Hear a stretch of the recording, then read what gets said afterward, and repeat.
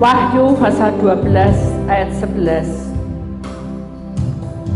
Dan mereka mengalahkan dia oleh darah anak domba dan oleh perkataan kesaksian mereka, karena mereka tidak mengasihi nyawa mereka sampai ke dalam maut. Bapa, kami sangat berterima kasih karena malam ini Engkau memberikan kekuatan kepada kami dengan kuasa darah-Mu. Biarlah sekiranya Engkau mementeraikan kami dengan menterai darah-Mu. Dan kami serahkan tema hari ini, Tuhan. Menguak rahasia alam roh, darah kehidupan vs darah kematian. Dalam nama Tuhan Yesus, Putra Tunggal, kami serahkan semuanya ke dalam tangan-Mu. Dan Tuhan membuka jalan. Yang percaya kita sama-sama berkata, amin. Kemuliaan Tuhan, saudara. Silakan duduk kembali. Shalom. Puji nama Tuhan. Saudara, hari ini perhatikan baik-baik karena firman Tuhan dalam kehidupan kita ini sangat penting, bahwa semua penglihatan yang kita terima itu adalah pesan dari Tuhan. Dan tinggal besok hari Rabu, setelah itu kita masuk di dalam ibadah mengenai tentang bagaimana roh jahat itu menyerang, ya.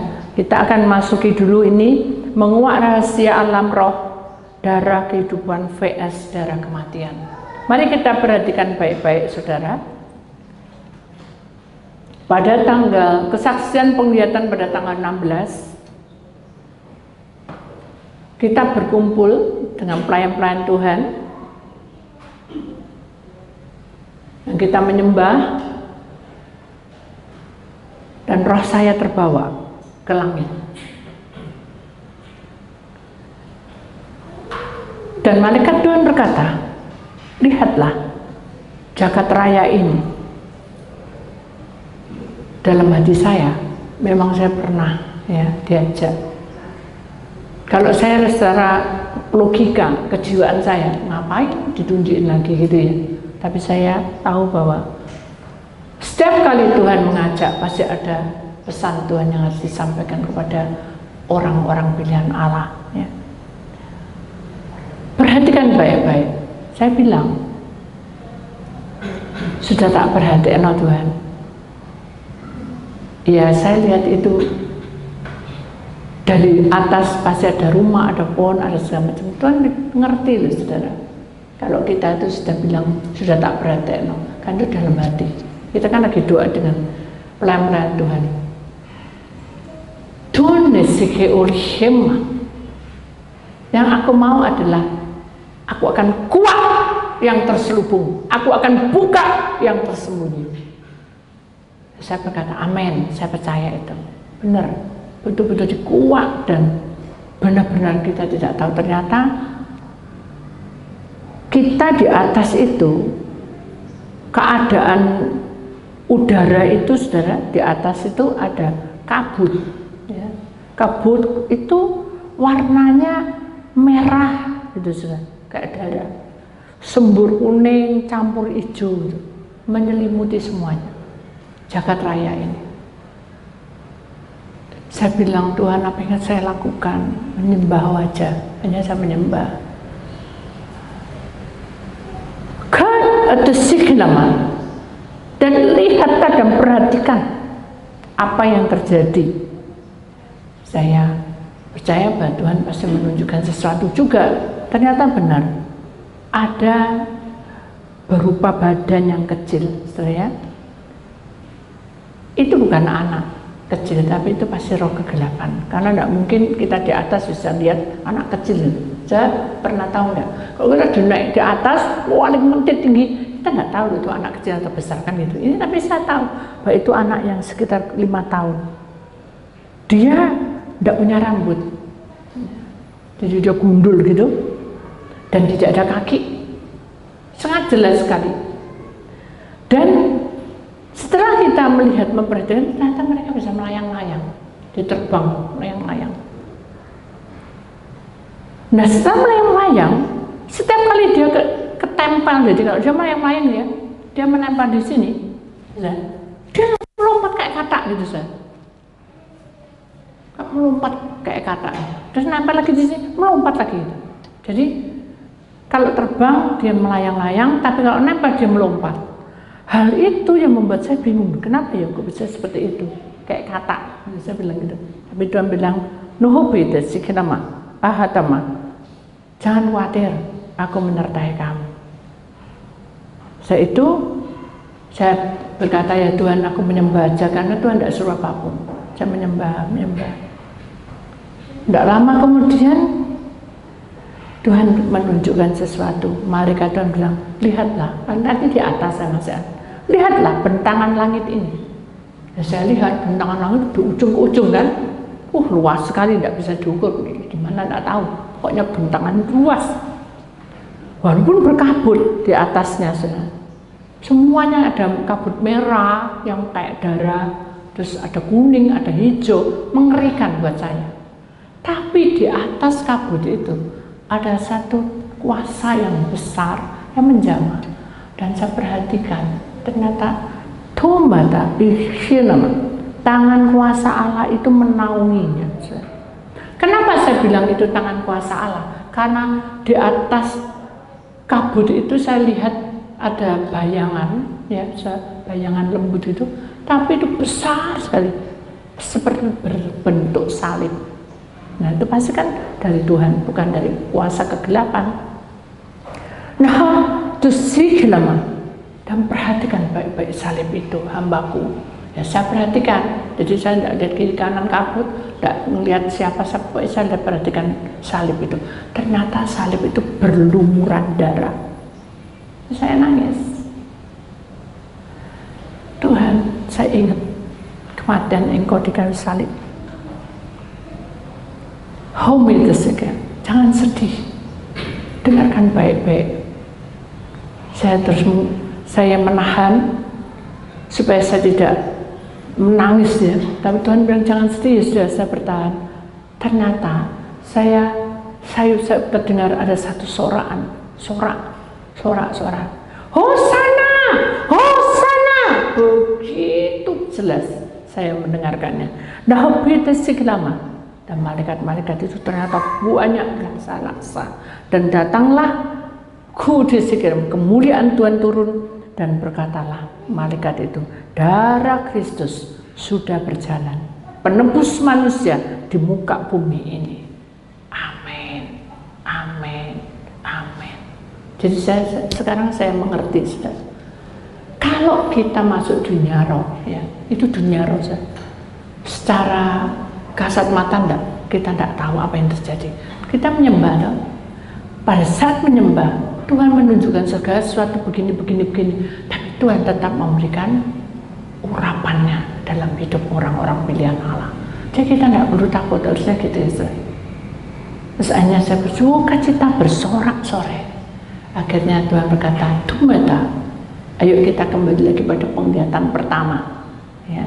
Akhirnya saya juga, ya Tuhan tunjukin penglihatan yang semburan langit yang tadi warna yang hijau, ya, warna kuning, ya saudara, merah darah, itu ada racun kuasa kegelapan. Jadi iblis mengeluarkan racun di udara, saudara. Hama itu segera mabinam, dia akan merasuk dalam pikiran manusia. Di kemajuan zaman ini, saudara, sangat pesat, kata Tuhan. Tapi ingat, manusia di dunia ini harus mengendalikan diri. Penguasaan yang tidak normal, ya, sedang dijalankan oleh kuasa iblis dengan melewati ambisi, semakin tidak bisa dikendalikan. Tuhan bilang gitu. Itu contohnya apa ya Tuhan? Itu salah satunya, dengarkan saudara baik-baik. Iblis itu menyeret, memasukkan kita ke zaman teknologi komputer. Bagus, semua serba komputer. Sudah lama itu. Terus lama-lama kelamaan ini tujuannya adalah rencana iblis supaya kegiatan manusia itu lama-lama akan memakai kode chip. Dan saya tidak tahu itu kapan meledusnya. Jadi semuanya ini akan diarahkan semua kepada komputer. Apa itu salah? Tidak. Tapi kitalah yang harus waspada. Jangan sampai kita keseret perkara-perkara yang tidak baik, ya saudara. Nanti akan dibuka lagi sama Tuhan apa yang terjadi. Sebab kalau manusia ini berpikir tidak panjang, saudara, dia akan jatuh di dalam dosa.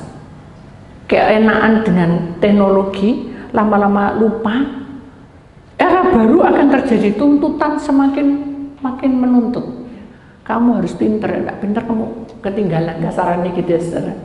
Nah, benar. Tapi iblis juga semakin meracuninya. Jadi kita menjadi egois. Dan kita lupa sebenarnya ini semua berasal dari Allah. Bukan dari kemampuan kita. Benar kemampuan kita ada. Tapi hikmat kepandaian itu dari surga. Ingat kisah tentang Menara Babel? Pernah dengar? Halo, pernah dengar? Apa yang terjadi? Saking pengennya, saking menyembah Tuhan, pengen dekat ketemu sama Tuhan, ambisi, kesombongan, kecongkaan terjadi. Dan dia lupa, sebetulnya semuanya ini berasal dari Tuhan. Hanya dia membuat menara sampai ke langit. Allah tahu. Apakah Allah ingin? Tidak. Karena kecongkaanmu, maka dibuyarlah saudara semua bahasa mereka sendiri-sendiri. Tadi ini satu bahasa, sekarang dua. Allah tidak menghukum, tapi Allah memberikan banyak sesuatu yang terjadi, bahasa mereka tidak dimengerti satu dengan lain. Hanya buyar, tidak ada bangunan yang menuju ke langit. Itu Menara Babel. Kita kembali lagi ke tempat firman Tuhan hari ini. Ingat, kata Tuhan, firman-Ku berkata, sih, dan kita payu, yang dahulu nanti akan menjadi terakhir atau terbelakang. Sedangkan yang terbelakang, yang terakhir akan menjadi ke depan, akan menuju ke depan. Garis depan. Kenapa? Itu tadi, sok pinter, sok ngerti, dan kita lupa bahwa semuanya itu seizin Tuhan. Tapi mereka tidak lakukan. Nah, ini yang harus diperhatikan baik-baik. Pesan dari Tuhan, jangan kamu marah jika kamu ditegur. Apa? Jangan kamu marah kalau ditegur. Ya. Siapa yang menegur? Pasti Tuhan. Lewat apa? Banyak medianya. Bisa lewat orang tuamu, bisa lewat pacarmu kalau masih muda, bisa lewat kejadian demi kejadian. Tapi teman, Allah itu berkuasa dan dia akan tuntun kita untuk masuk dalam pertobatan dan makin disempurnakan. Amin. Jadi kita harus sadar bahwa jika kita ingin selamat seluruh keluarga kita, semuanya akan menjadi milik Tuhan. Ini satu prosesnya. Jangan menggerutu, kata Tuhan. Tadi kan jangan marah. Jangan menggerutu. Bila mengalami musibah, tetaplah selalu waspada. Kemarin itu, saya kan di luar kota, awal berangkat memang sudah tidak enak badan. Terus saya minum obat, untuk agak teler-teler, karena kalau minum obat mesti ngantuk. Soalnya saya bilang, Tuhan, apa yang terjadi? Saya tak minum air, tidak saya minum obat karena itu pagi. Sekarang mau pelayanan, tidak ada jawaban. Akhirnya saya minum. Begitu saya minum obat, saya minum air, tak doa. Benar tubuh saya masih lemah, tapi saya banyak orang konseling. Dan saya tahu bahwa jangan kecil hati, karena keadaan tidak sesuai dengan yang kau inginkan. Nah, akhirnya benar-benar ada 1-2 orang itu konseling itu kayak orang dedes saja. Contoh ya, saya itu punya anak 2, ya, laki semua, ya. Ini contoh saya, namanya Adam B, ya. Ibu boleh saya tanya? Boleh, kan tadi saya doa, A itu kira-kira bisa sekolah tinggi enggak? Bisa kalau mereka belajar. A itu kira-kira kalau menikah tuh kira-kira umur berapa? Waduh, aku enggak tahu. Kira-kira pasangannya itu baik apa enggak? Kaya atau miskin? Lama-lama itu ketuntut terus dah. Dan saya ini karena saya badan saya agak enggak enak, jadi otomatis kan saya jawab aja. Tapi Tuhan tegur, saudara. Saya dibuat ngantuk, padahal enggak minum obat. Jadi untuk teler. Saya bilang, Tuhan, kok kayak gini ya? Jadi saya bilang, Tuhan, apa yang terjadi? Keluar kamu dan pergi kamu ke kelambu sana, kelambu depan. Berarti ini orang di situ ada selambu gitu ya, saudara. Apa ya Tuhan, saya rugikan, tapi saya tidak lakukan karena saya tahu bahwa keadaan tidak sesuai. Ya sudah, saya pergi sebentar ya, maaf ya. Lu mau kemana? Tidak mau ke selambu itu. Dia bingung, kenapa kok ke selambu? Saya buka, begitu buka jendelanya, buka itu kelambunya, saya buka. Tuhan langsung bilang, kenapa kamu jawab terus? Aku jawab tuh tadi. Iya, kenapa kamu jawab terus, katanya. Itu bukan konseling. Oh iya ya, aku salah ya. Padahal saya dari izin Tuhan loh. Kenapa kok dibuka kronologi? Tuhan tidak izin. Karena aku ingin kamu tetap peka dan waspada. Nah, saya kan tidak waspada. Tak pikir sudah ini konseling Tuhan tak salah. Jawab terus. Sekarang tegas kamu. Oh ya, ya sudah. Saya duduk. Jangan tanya-tanya, langsung gitu saya. Jangan tanya-tanya lagi. Yang penting adalah kamu bertobat lebih dulu. Kembalikan rohmu. Gitu saya. Baru saya sadar. Oh ternyata kalau roh yang tidak ada juga tanya-tanya kayak gitu ya. Nah, itu saya. Jadi pilihan kita yang ditunjukkan tadi ya, saudara. Samar-samar ada bayangan salib dan tangan Tuhan meneteskan darah. Kemuliaan Tuhan turun, ada salib yang penuh dengan berlumuran darah itu. Tuhan katakan, aku ini sudah mati demi untuk manusia, dan setiap orang yang percaya akan menerima keselamatan, dan aku yang membimbingnya. Saya tahu, paham. Jadi kalau saya percaya bahwa Tuhan sebagai juru selamat, ya sudah masuk, ya kita baptis, kita ikuti semua sesuai dengan firman Tuhan. Tapi Tuhan masih ngasih pertanyaan di sini. Mau enggak kamu dibimbing? Saya tadi konseling, tapi saya kan dari awal ada doa. Mau enggak kamu dibimbing? Enggak mau ya kamu ngomong gitu. Jadi Tuhan kasih kronologinya, tapi saya jawab. Terus saya sesuai dengan kronologi. Tapi kalau enggak diizin Tuhan, kita juga harus waspada. Loh, orang ini kok tanya-tanya. Hikmat dari surga itulah yang menuntun. Contoh ini, wah siap, baik sekali. Tak kasih, pinjem tak kasih. Besok tidak kembali, masih lagi kasih. Sampai 10 kali nunggak penuh dan banyak tidak bisa apa-apa. Sing salah siapa? Kita. Kenapa? Karena kita tidak waspada. Kenapa? Karena kita pakai hukum kasih. Tapi hukum kasih bagaimana? Lek situ terus merugikan, berarti tidak baik itu. Intinya gitu. Jadi kita ini harus waspada. Ya, ingat bahwa Tuhan sudah mati untuk kita. Tuhan memberikan hikmat marifat kepada kita. Amin. Jangan mau kita digelabui oleh setan. Bukan manusia, setan. Demikian juga perlu diingat, jika tangan Tuhan yang tadi itu menumpang ya dan menjagai kabut yang tadi itu dan salib dan berlumuran darah, ya saudara. Kalau kita tidak percaya dan kita biarkan, sudah tidak tahu sakarep-karpe, terserah, dan kita akan ditiup dengan pemikiran kegelapan dari teknologi yang dicari sekarang ini. Orang pinter, pinter komputer, pinter bergerak cepat, itu zaman sekarang. Jadi kalau kita ketinggalan saja, 1 kali langkah, 2 kali langkah, tambah tidak ada apa-apanya, kita jadi orang yang nganggur. Maka itu mari kita tahu bahwa zaman akhir ini dibutuhkan orang-orang seperti itu. Berarti kita minta tangan Tuhan menyertai. Salib itu menandakan darah, itu pengorbanan Tuhan untuk kita, supaya kita memilih mau melakukan demi keselamatan. Ya, jangan kita memikirkan demi keegoan kita sendiri, tapi kita keselamatan. Amin. Kemudian penglihatan bila melanggar, ya saudara. Para malaikat itu menunjukkan bahwa anak yang tadi 5 tahun gundul tadi yang tidak punya kaki dan melayang-layang melompat kayak kata, itu artinya adalah semuanya iblis tahu bahwa gunama kekayaan di dunia itu banyak, tapi fana.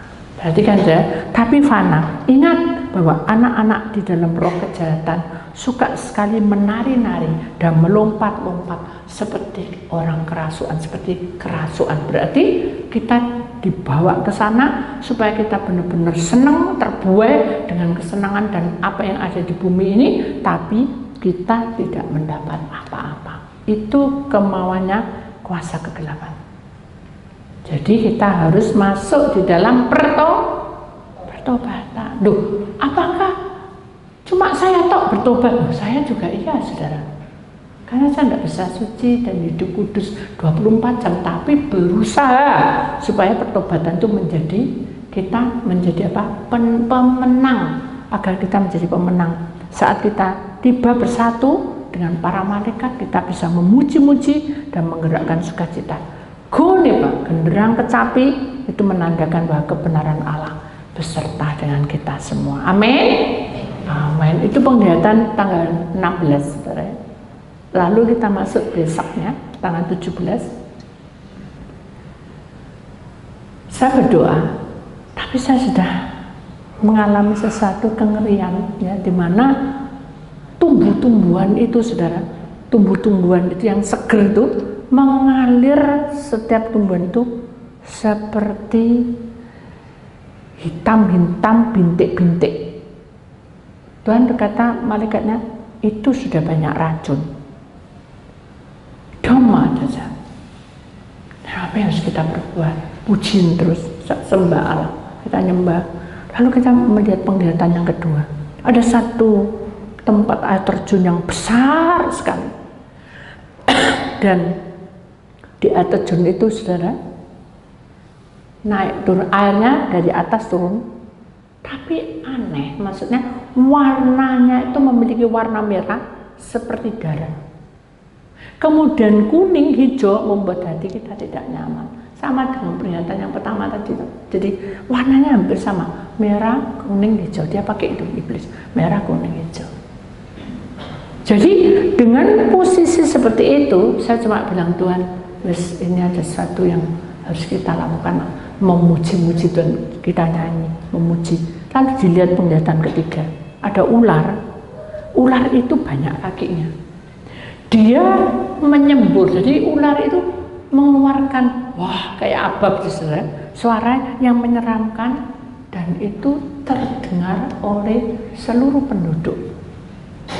Berarti ular ini ada di mana-mana, ya. Setelah itu kita lihat penglihatan keempat, tiba-tiba kami melihat anak kecil, ya, tapi kakinya ada dari kayu, tangannya juga dari kayu, bukan Pinocchio, ya. Terus kaku sekali, matanya tajam, mengeluarkan aura yang bertentangan dengan Tuhan. Ternyata itu setan yang berwujud manusia, ya. Jadi setan membuat manusia ini suka dengan hasil yang membuat hasilnya itu, oh, ini aku menciptakan robot, ya, ini aku menciptakan robot kayak manusia, ya, bangga dan puas akan diri sendiri. Itu adalah robot. Robot buatan sekarang enggak kayak robot yang seperti kayak ayo sapu, ting dong, enggak gitu, tapi wujudnya kayak manusia gini, ya, dan kita tidak bisa membedakannya. Nah, apa nama? Hati-hati, iblis sudah masukin ke situ, ya. Kemudian Huma, anakku, ingat baik-baik, setan itu menyusup dan dia masuki robot boneka-boneka tadi, dan dia akan memerintahkan manusia. Dan robot yang menyerupai manusia ini, saudara, dia bisa mengerti waktunya makan, waktunya begini, jadi manusia itu diseret oleh iblis supaya manusia itu lebih nyaman berteman dengan boneka atau robot ini, ya. Jadi dia bisa melakukan kepuasan diri sendiri, bisa ngomong-ngomong sendiri. Jadi dia jauh dari kerumunan atau kumpulan orang-orang. Dia bisa ngomong-ngomong sendiri, bisa melakukan apa aja dengan robot ini. Dan yang paling kita tidak suka adalah kecanggihan ini sudah menguasai, kegelapan ini menguasai, sehingga manusia tidak terkendali dengan perkara ini. Maka saudara, hati-hati, karena kita sudah masuk ambang di mana kita tidak bisa membedakan itu setan atau itu manusia. Kita tidak bisa membedakan, tetapi kalau bersama Tuhan pasti bisa. Lalu penglihatan yang kelima, saya dengar dan saya lihat ada burung cendrawasih, ya. Kenapa saya bilang cendrawasih? Karena dulu masih kecil saya sering ditunjukin sama papa, itu burung cendrawasih. Ya, kayak gini. Jadi saya bilang bahwa itu burung cendrawasih. Yang paruhnya mengeluarkan pisau-pisau kecil dan jarum-jarum kecil. Setiap kali dia bersuara, dia tembus masuk ke dalam tubuh manusia. Inilah saudara, akhir zaman, bahwa setiap perkataan itu membawa kutuk akan dilakukan iblis sewaktu-waktu. Seperti burung cendrawasih itu tadi, dia mengeluarkan pisau dan jarum supaya kita melakukan hal-hal yang kita melanggar firman Tuhan. Saudara, perhatikan baik-baik bahwa ternyata kalau kita kembali ke penglihatan pertama ya, iblis itu berusaha, saudara, untuk menyeret kita supaya kita ini betul-betul mati kutu, kena racun. Itu kan hidup tidak tenang, saudara. Kemudian yang kedua, air terjun yang warna-warni itu, saudara, itu membuat kita tidak nyaman. Kenapa? Karena kondisi semuanya ini sudah berubah. Alam, keadaan, pergaulan, semuanya sudah berubah. Mari kita imani bahwa Tuhan pasti berkuasa atas hidup kita. Amin. Penglihatan ketiga juga, ular yang aneh tadi menyemburkan suara kepada penduduk, itu adalah gertakan iblis, ya, supaya kita keseret, saudara, dan kita tidak berkutik dan kita benar-benar patuh apa yang diperintahkan oleh iblis.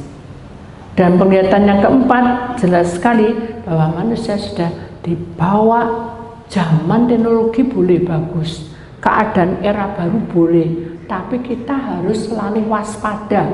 Di sini dikatakan manusia ini akan kebawa dan tidak bisa mengendalikan diri, dia memuaskan diri sendiri, dan tidak ada sesuatu yang membuat kita hidup dengan damai sesuai dengan firman Tuhan.